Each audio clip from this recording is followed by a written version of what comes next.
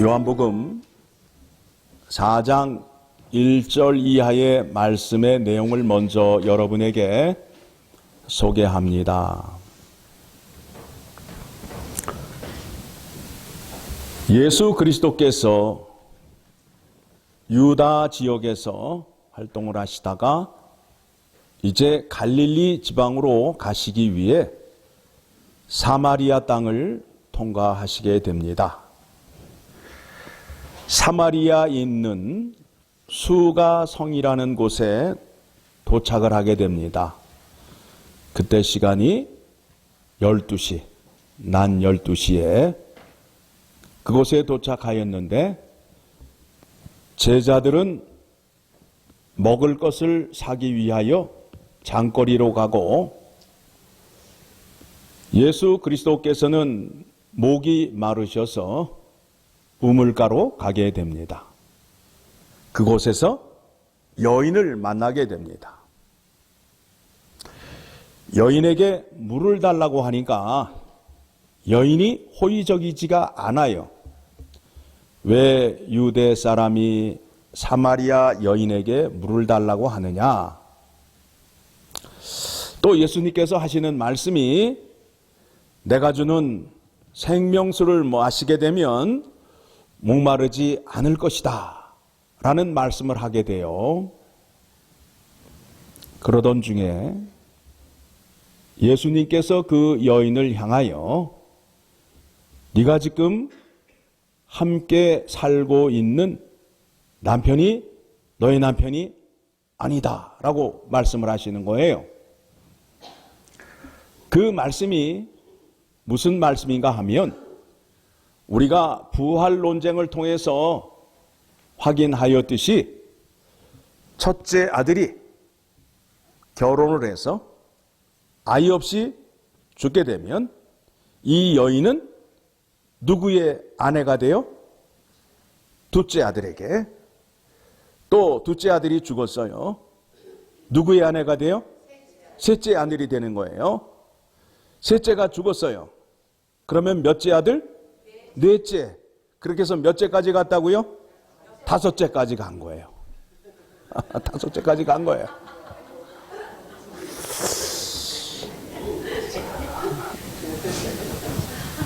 그러니까 이 여인이 놀란 거죠. 당신은 선지자다. 그러면서 평소에 궁금하였던 신학적인 문제를 질문을 합니다. 질문의 내용이 뭐예요? 왜 유대인들은 예루살렘에서 예배를 드리고 사마리아 사람들은 그리심 산에서 예배를 드리냐고 묻는 거예요. 그랬더니 예수님께서 무슨 말씀을 하셔요? 예루살렘도 아니고 그리심 산에서도 아니고 신령과 진정으로 예배할 때가 온다라고 말씀을 하고 있어요. 이 말씀에 대해서 잘 알고 계시지요? 잘 모르셔요?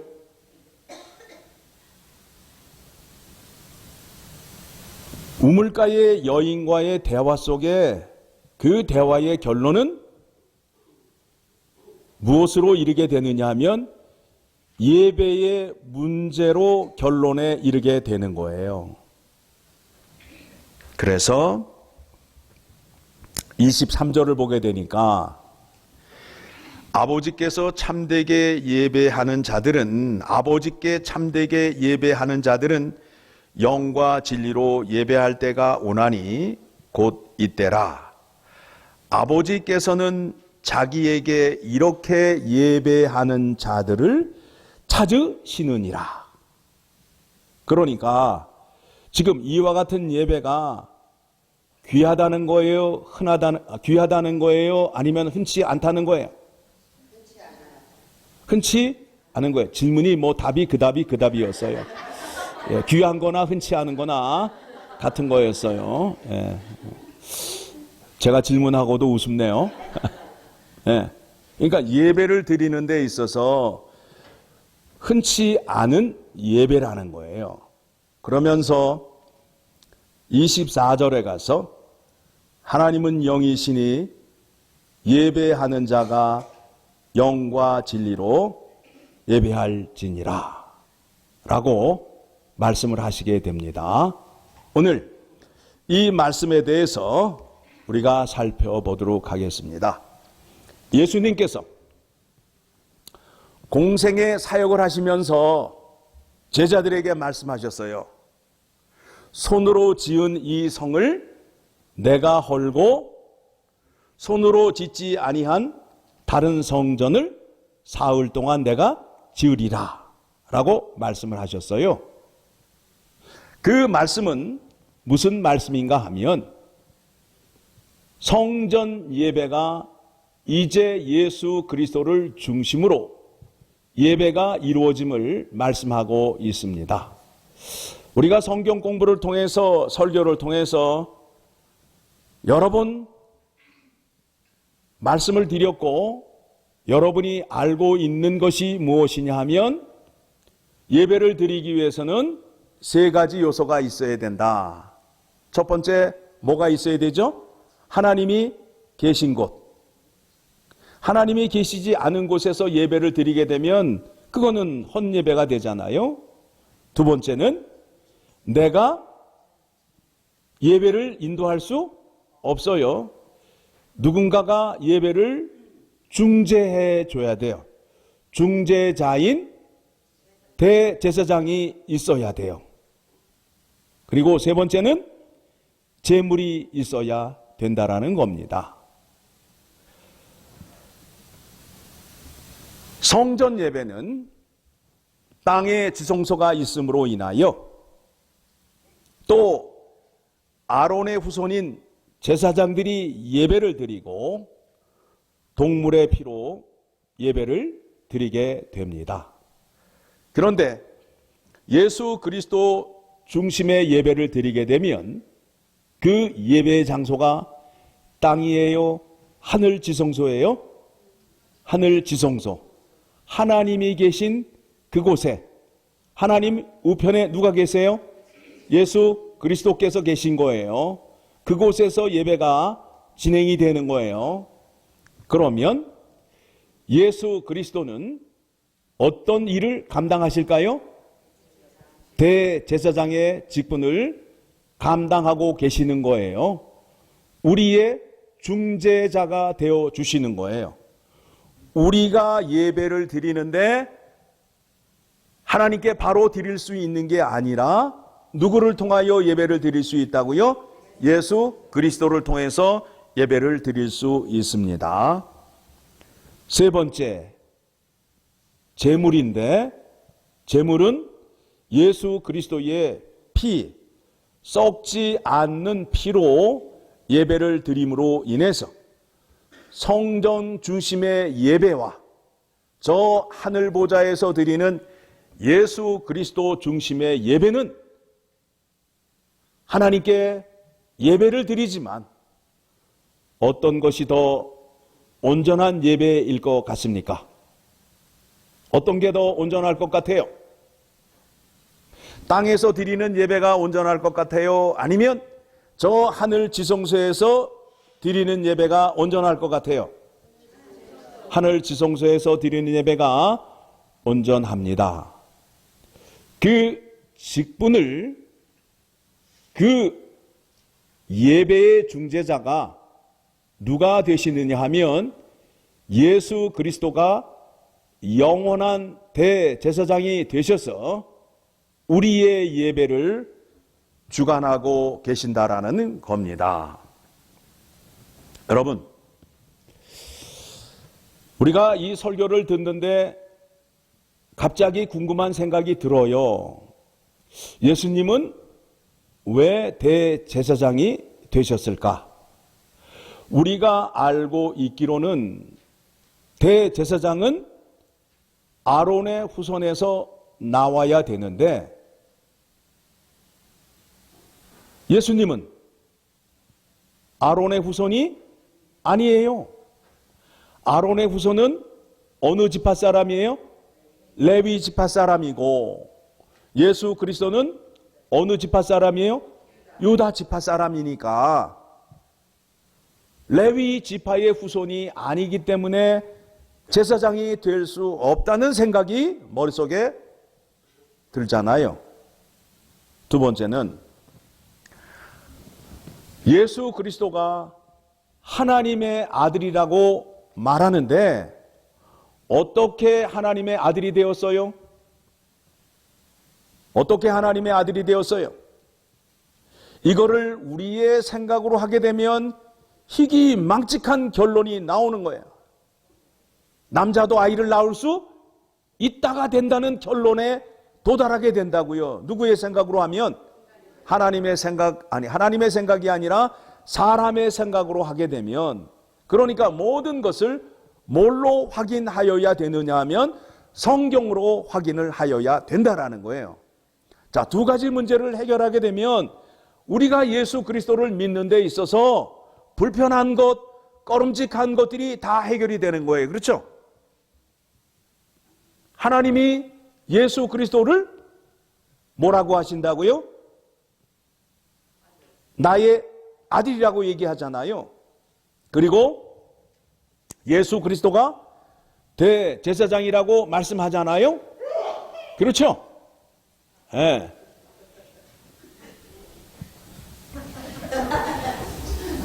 시원하신가 봐요. 자, 그러면 이 문제를 해결하기 위해서 어디를 가시느냐 하면 히브리서 5장을 가게 되면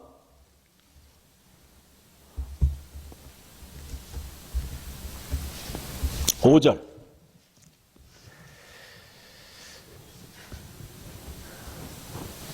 히브리서 5장 5절을 보게 되면 이와 같이 말씀하십니다.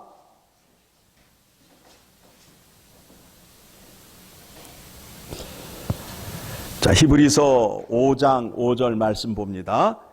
또 이와 같이 그리스도께서 대제사장 되심도 스스로 영광을 취하심이 아니요 오직 말씀하신 이가 그에게 이르시되 너는 내 아들이니 내가 오늘 너를 낳았다 하셨고, 그러니까 하나님께서 예수 그리스도를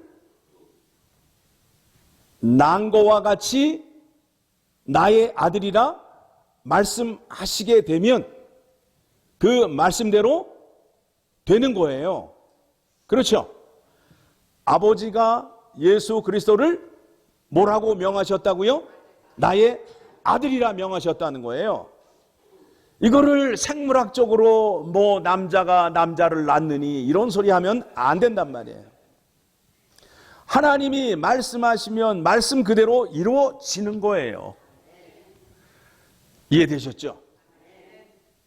6절에 가니까 또한 이와 같이 다른 데서 말씀하시되 내가 영원히 멜기세덱의 반차를 따르는 제사장이라 하셨으니, 하나님께서 예수 그리스도에게 멜기세덱의 반차를 따르는 대제사장이라 명령하심으로 인하여 대제사장이 되셨다는 거예요.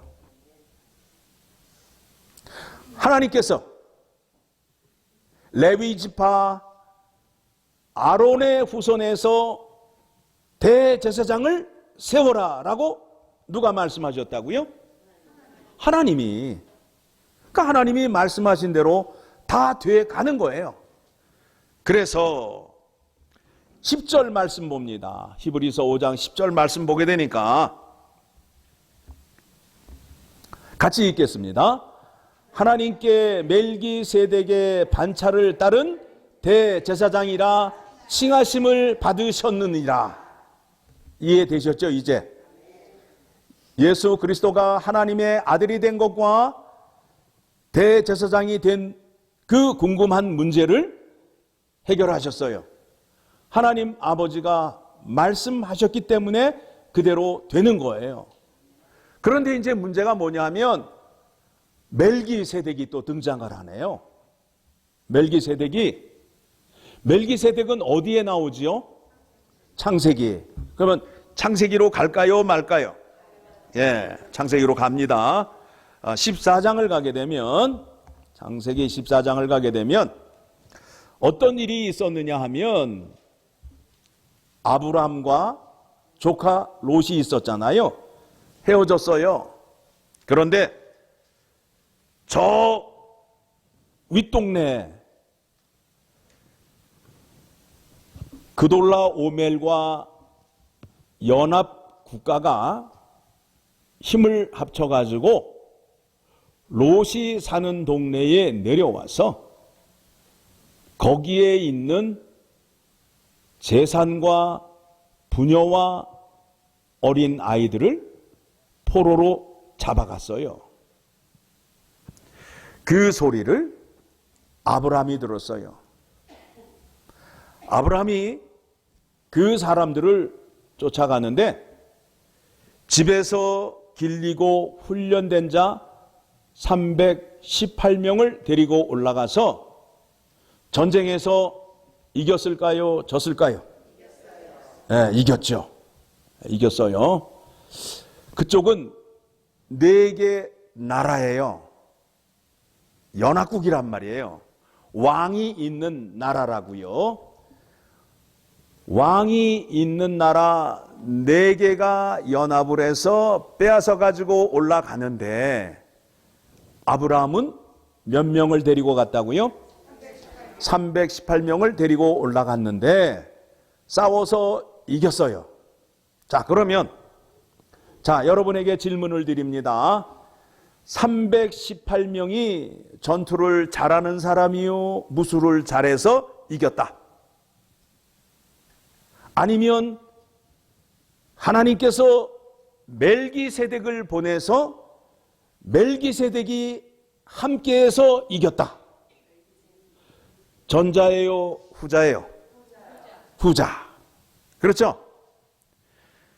아브라함이 318명을 데리고 올라가서 전쟁에 이길 수 있었던 것은 하나님께서 멜기세덱을 아브라함에게 보내줌으로 인하여 아브라함이 승리하였다라는 겁니다.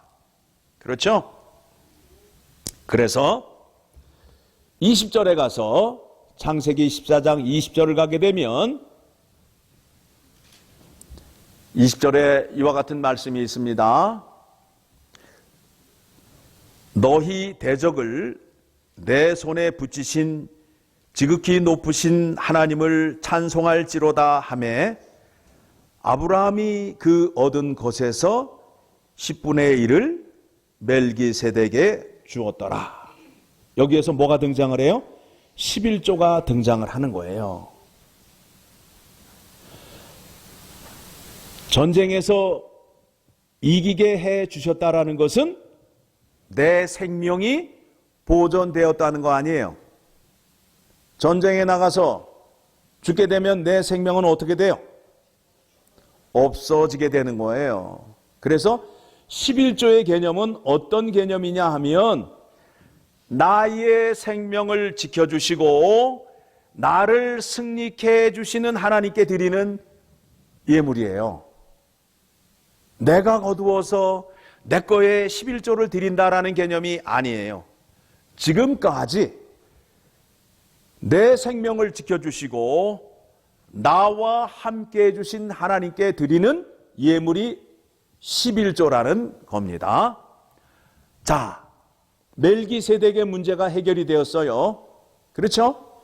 그런데 지금 히브리서 5장 말씀을 보게 되니까 예수님에게 대제사장의 직분을 명하셨는데 누구의 반차를 따라서?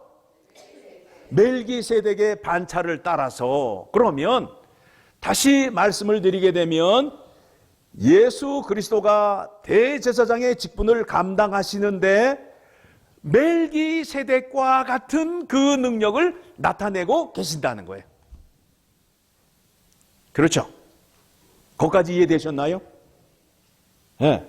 대제사장 그러면 되는데 그 앞에 누구의 반차를 따라서? 멜기세덱의 반차를 따라서 그래서 어디 가서 누구를 살펴보았어요?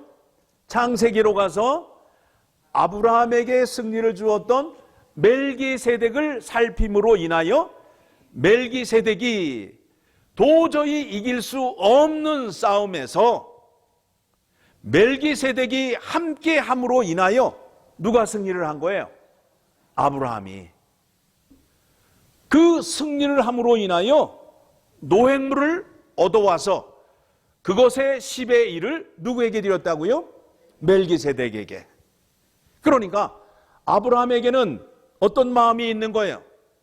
내가 전쟁에 이길 수 없는 싸움이었는데 멜기세덱이 함께함으로 인하여 내가 승리해서 이김으로 인하여 노획물의 10의 1을 드리는 거예요.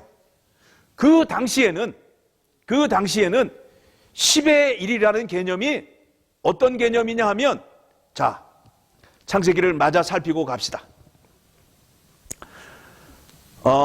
왜 그돌라 오멜이 연합국과 함께 롯이 사는 동네 소돔과 고모라를 치러 오게 되었느냐 하면, 창세기 14장 4절을 보게 되면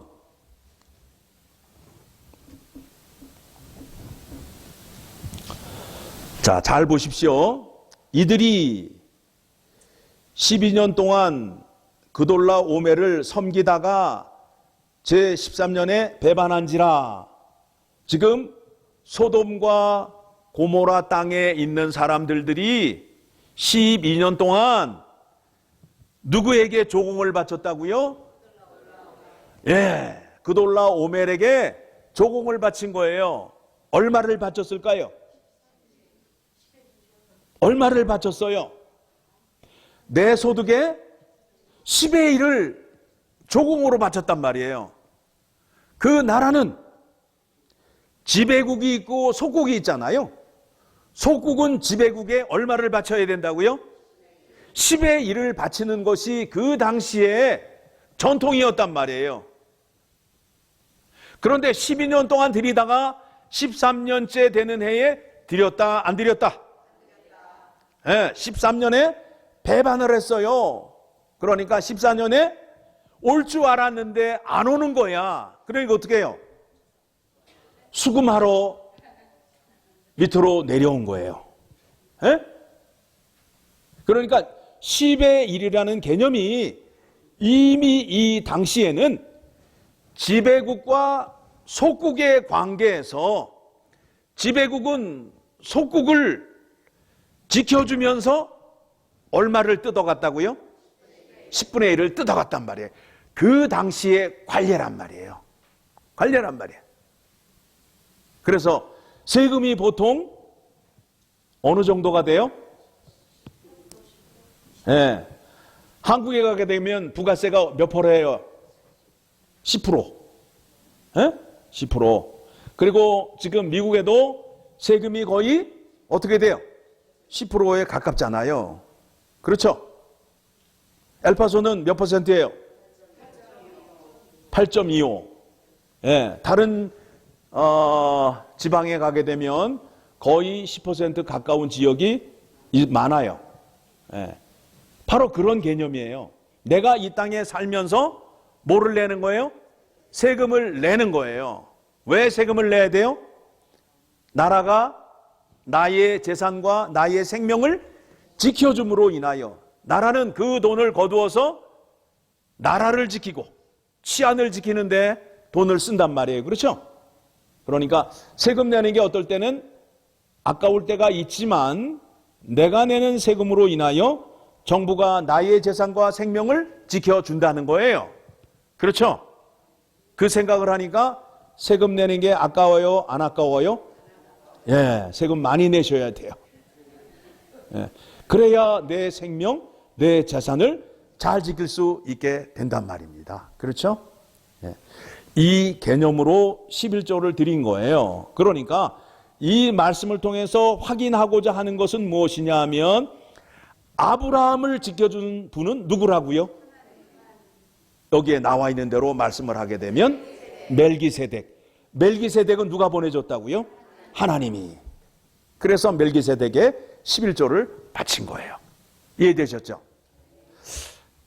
제가 원래 설교할 때에는 11조 헌금 얘기는 안 하려고 했는데 어떻게 내용이 헌금 내용으로 됐습니다. 그 얘기를 하려고 하는 것은 아니었어요.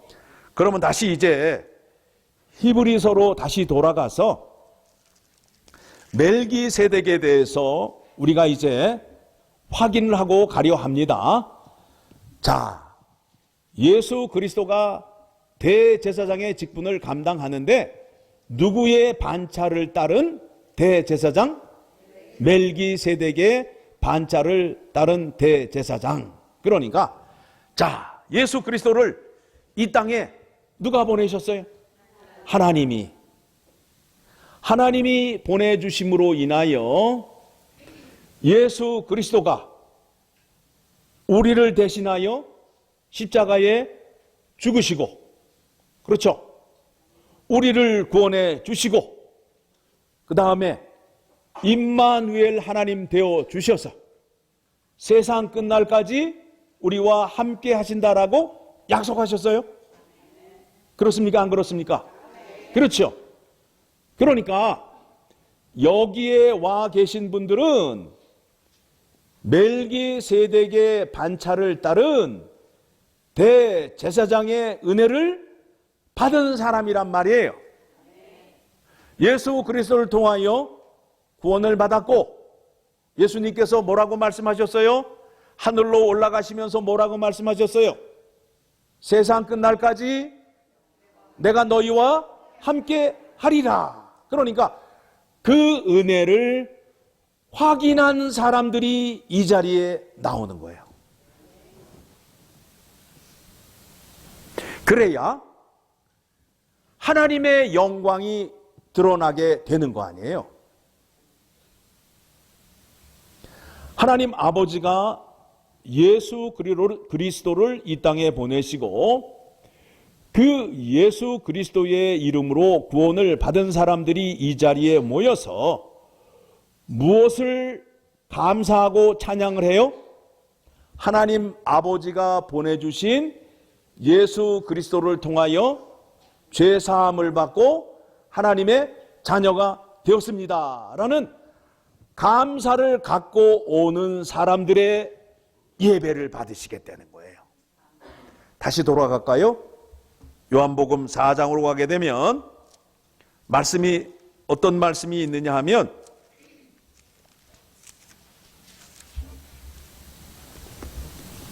23절. 자, 우리 같이 읽겠습니다. 23절 요한복음 4장 23절 말씀 보게 되면 같이 읽습니다. 아버지께 참되게 예배하는 자들은 영과 진리로 예배할 때가 오나니 곧 이때라. 아버지께서는 자기에게 이렇게 예배하는 자들을 찾으시느니라. 하나님은 영이시니 예배하는 자가 영과 진리로 예배할지니라. 그래서 예수 그리스도를 통해서 예배를 받으시는 거예요. 자, 문제가 이제 뭐가 있느냐 하면 지금 대제사장 되시는 예수 그리스도는 어디에 계세요? 저 위에 계시잖아요. 하나님 우편에 계시잖아요. 그렇죠? 그런데 우리가 지금 여기서 예배를 드리고 있단 말이에요. 그러면 우리의 예배를 저 하늘로 인도하시는 분은 누구실까요? 성령 하나님이 우리와 함께 하셔서, 그래서 우리가 찬양을 부를 때 주님의 성령 지금 이곳에, 주님의 성령이 오셔야 돼. 그래야 우리가 저 하늘 지성소에서 드리는 예배에 참여할 수 있게 되는 거예요. 자, 그러면 성령께서는 어떤 일을 하시느냐 하면 나에게 주신 구원의 은혜와 지금까지 지켜주신 은혜를 감동케 하는 거예요. 에? 성령이 역사하지 않으면 내가 교회에 올 수도 없고 하나님께 감사의 찬양을 드릴 수도 없어요. 성령께서 내 마음을 감화감동시켜 주신다라는 것은 무엇이냐면 그 십자가의 은혜가 나에게 임함으로 인하여 그 은혜로 인하여 내 마음이 감사하고 기쁘고 뜨겁게 됨으로 인하여 예수 그리스도의 구원의 은혜를 찬양해 갈 수밖에 없는 그 믿음과 은혜가 내 마음 안에 있다라는 겁니다. 그래서 우리가 예배를 드릴 때에 성령의 인도하심을 따라 예수 그리스도의 십자가의 영광과 은혜를 찬양하고 기도하고 간구하는 이유가 바로 거기에 있어요. 우리의 마음이 예수 그리스도를 향하여 있지 않게 되면 우리가 드리는 예배는 하나님 앞에 상달될 수 없게 되는 거예요. 가나안 땅을 들어가면 복을 받는 게 아니라 이미 복을 받았기 때문에 가나안 땅에 들어가는 거예요. 이해되시나요? 교회를 와서 예배를 드리면 복을 받는 게 아니라 이미 우리는 복을 받았기 때문에 이 자리에 와서 예배를 드리는 거예요. 그게 올바른 예배예요. 그와 같이 예배 드리는 자를 누가 찾으신다고요? 하나님이. 그래서 우리는 예배를 드리러 올 때에 예수님을 만나고 싶은 그 간절한 마음, 내가 직접 하나님께 예배를 드릴 수 없어요. 중재자이신 대제사장이신 예수 그리스도를 통해서 예배를 드려야 됨으로 인하여 나의 모든 믿음의 고백, 증상을 얘기하여야 된다라는 겁니다. 여러분이 병원을 가셨어요. 몸이 아프셔서 병원을 가셨어요. 의사 선생님을 딱 만났는데 의사 선생님에게 하는 말이 내가 어디가 아파서 왔는지 알아맞혀 보세요. 나는 말하고 싶지 않은데요. 의사 선생님이 알아서 해주세요. 가능한 얘기예요? 가능하지 않은 얘기예요? 병원 가실 때에 혹시라도 잊어버릴까 봐 어떻게 해요? 외웠는데 안 되는 건 적어 가지고 가잖아요. 교회 오실 때 그렇게 오셔야 된다고요. 누구를 만나기 때문에? 예배의 중재자이신 예수 그리스도를 만나야 되기 때문에 주님, 내가 요 부분에 대해서는 좀 부족합니다. 고쳐주시고요. 지난번에 주신 은혜 참 감사했습니다. 고맙습니다. 더 많이 주시면 고맙겠습니다. 지난번에 수입이 요만큼 주셨는데 더블로 주시면 고맙겠습니다. 이렇게 나오셔서 말씀하시는 거예요. 근데 무대포로 드리면 안 된단 말이에요. 알아서 하세요. 주실래면 주고 말래면 말고 아니란 말이에요. 그렇지 않단 말이에요. 그래서 회개의 기도가 있고 대표 기도가 있는 이유가 바로 거기에 있어요. 예수님을 만나게 되면 나의 영적인 상태, 죄에 대한 문제, 나의 간구, 소원을 주님께 다 아뢰는 거예요. 그러면 주님이 그 얘기를 듣고 누구 편에 서줄까요? 하나님 편에 서 계세요? 우리 편에 서 계세요? 중재자는 어떻게 서 있느냐 하면 뒤에 하나님이 계시고 회중이 있는데 대제사장은 이 사이에 서 있단 말이에요. 그렇죠? 회중의 얘기를 들으시고 아버지에게 말씀을 한단 말이에요. 그런데 이제 문제가 뭐냐면 대제사장 되시는 분이 하나님과의 어떤 관계래요? 아들 관계라는 거 아니야. 아들 관계. 그러니까 아들이 아버지에게 말을 하면 들어주신다, 안 들어주신다? 확실하잖아요. 에? 주님은 우리 편이시고, 우리 편이신 주님이 아버지와는 어떤 관계라고요? 아들 관계가 됨으로 인하여 예수님이 아버지에게 나가서 열린문 장로교회 교인들의 기도가 이러합니다. 간구가 이러합니다. 그들의 소원이 이러합니다. 예수님이 말만 하시면 아버지는 들어주신다, 안 들어주신다? 들어주신다. 거부하신다, 거부하지 않으신다? 않으신다 이거예요. 얼마나 확실한 관계 속에 예배가 이루어지는 거예요. 놀랍지 않아요? 왜 우리가 구원을 못 받고 은혜를 못 받았을까요? 무대포 예배를 드렸기 때문에. 알아서 하시죠. 줄렘 주시고 말렘 마시고 그렇게 하시면 안 된다는 거예요. 병원을 가셔서 의사 선생님을 만났을 때에 선생님 지난번에 주신 그 약이 조금 너무 세가지고 그걸 먹었더니 얼굴이 붓고 좀 발이 붓습니다. 그렇게 말씀하시듯이 주님 앞에 나오게 되면 여러분의 신앙적인 상태, 이런 상태를 다 말씀하셔야 되는 거예요. 그래서 주님께서 말씀하시기를 뭐라고 말씀하셔요? 구하라, 찾으라, 두드리라 하시라고요. 안 하시니까 안 되는 거예요. 구하라, 찾으라, 두드리라. 언제까지? 주실 때까지. 언제까지 병원 가요? 나을 때까지. 그렇게 믿음 생활 하시게 되면 충만하신 하나님께서 복 주신다고 약속하셨어요? 안 하셨어요? 그 약속이 지금 어디에 와 있어요? 내 안에 들어와 있잖아요. 약속의 말씀이 내 안에 들어와 있어요. 내가 행하기만 하면 행한 대로 복이 임한다, 안 임한다? 임한다 하는 거예요. 약속의 말씀이 내 안에 들어와 있는데 내가 행하지 않으니까 그 복을 받지 못하는 거란 말입니다.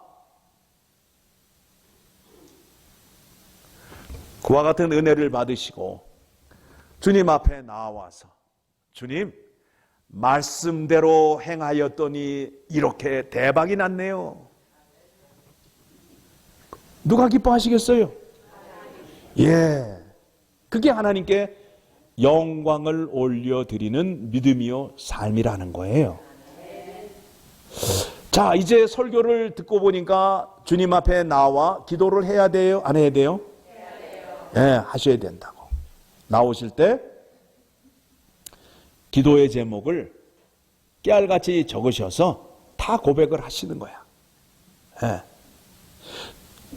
하나님은 영이시기 때문에 우리가 큰 소리로 안 해도 다 알아들으셔.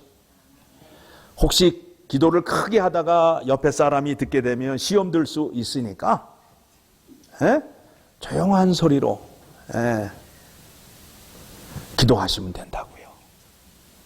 내 마음을 진실되게 정직되게 주님께 아뢰면 주님께서 다 받아주신다는 거예요. 자, 오늘 예배가 무엇인지, 어떻게 예배를 드려야 하나님이 기쁘게 예배를 받으시는지, 하나님이 어떤 예배를 찾고 계시는지를 우리가 살펴보았어요. 하나님은 지금도 이렇게 예배하는 자를 어떻게 하신다고요? 찾고 계신다는 거야. 예배를 드리러 나왔는데 하나님의 영광을 올려드려야 될 거 아니에요. 말씀대로 살았더니 제가 기쁘고요, 감격이 넘치고요, 복이 넘쳐요. 이런 찬양과 감사의 기도를 드리게 되면 하나님이 어떻게 해요? 흐뭇해 하시잖아요. 네. 시집간 딸이 맨날 친정아버지를 찾아와가지고 맨날 우는 거야. 네. 이래서 안 되고요, 이래서 안 되고요, 이래서 안 되고요. 그러면 그 아버지가 어떻게 해요?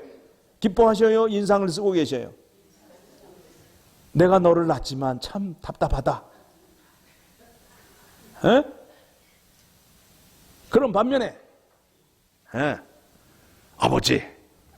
아버지의 딸이 이렇게 건강하게 올바로 잘 자라서 이렇게 사회적으로 성공하고 용돈도 좀 쓰세요 하고 탁 주게 되면 아버지가 어때요? 힘이 나가지고 밖에 나가면 누구 자랑해요? 똑같은 거래니까. 맨날 교회 오셔가지고 주님 오늘도 10대 9로 졌습니다. 처음에는 9대 0으로 이기는 것 같았는데요. 하다 보니 10대 9로 또 졌습니다. 역전패 당했습니다. 그 다음 주에 와서도 또 깨지고 왔어요. 주님이 어떻게 하실 것 같아요? 좋아하실 것 같아요? 안 좋아하실 것 같아요? 말씀대로 사셔서 복 많이 받으시고 영광 올려드리는 예배를 하나님이 기뻐하신다라는 거예요. 내가 너를 낳았도다. 내가 너를 통하여 영광 받고 있구나. 내가 너 때문에 살맛이 나는구나 라는 예배를 드리셔야 된다는 거예요. 그 예배를 열린문 장로교회가 드림으로 인하여 하늘에 신령한 복을 받고 이 땅에 충만한 복 받기를 소원합니다. 기도하겠습니다. 하나님 아버지, 오늘 예배를 통해서 하나님이 어떤 예배를 받으시기를 원하시는지 깨닫고 확인하게 되었습니다. 멜기세덱의 반차를 따른 대제사장 되시는 예수 그리스도 앞에 감사와 찬양을 들고 나와 예배를 드리게 하여 주시옵소서. 우리를 위하여 독생자 예수 그리스도를 보내주셔서 죄에서 구원하여 주시고 또 임마누엘 하나님이 되셔서 세상 끝날까지 우리와 함께 하시는 그 은혜를 깨닫고 감사함으로 주님 앞에 나와 예배드리는 열린문 장로교회 성도님들 되게 하여 주시고 약속한 복을 한량없이 베풀어 주시옵소서. 믿음대로 살겠습니다. 붙잡아 주시고 지켜주시고 함께하여 주시옵소서. 감사드리며 예수님의 이름으로 기도드리옵나이다. 아멘.